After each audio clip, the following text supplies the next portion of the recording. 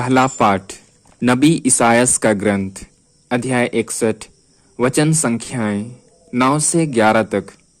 उनका वंश राष्ट्रों में प्रसिद्ध होगा और उनकी संतति का नाम देश विदेश में फैल जाएगा।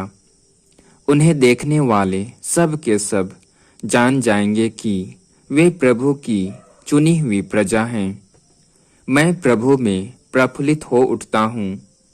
मेरा मन अपने ईश्वर में आनंद मनाता है। जिस तरह वह पगड़ी बांधकर और वधु गहने पहनकर सुशोभित होते हैं, उसी तरह प्रभु ने मुझे मुक्ति के वस्त्र पहनाए और मुझ पर धार्मिकता की चादर डाल दी है। जिस तरह पृथ्वी अपनी उपज उगाती है और बाग बीजों को अंकुरित करता है, उसी तरह प्रभु ईश्वर सभी राष्ट्रों में धार्मिकता तथा भक्ति उत्पन्न करता है। प्रभु की वाणी।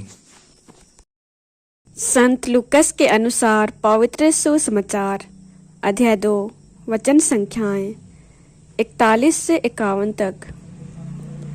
यीशु के माता पिता प्रतिवर्ष पास्का पर्व के लिए यरूशलेम जाया करते थे।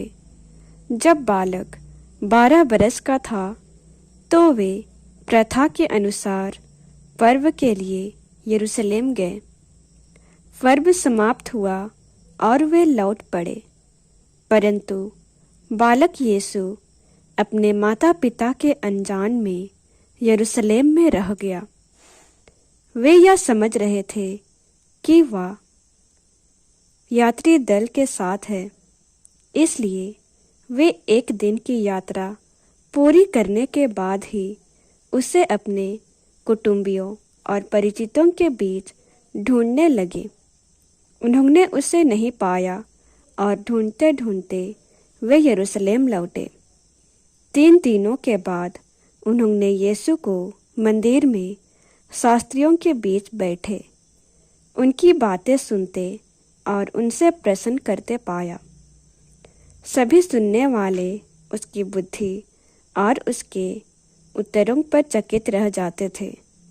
उसके माता पिता उसे देखकर अचंभे में पड़ गए और उसकी माता ने उससे कहा, बेटा, तुमने हमारे साथ ऐसा क्यों किया? देखो तो, तुम्हारे पिता और मैं दुखी होकर तुमको ढूंढ रहे हैं।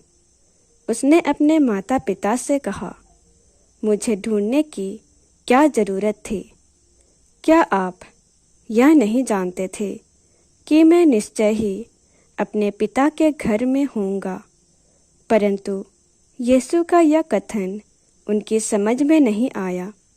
यीशु उनके साथ नाजरत गए और उनके अधीन रहे। प्रभु का सुसमाचार।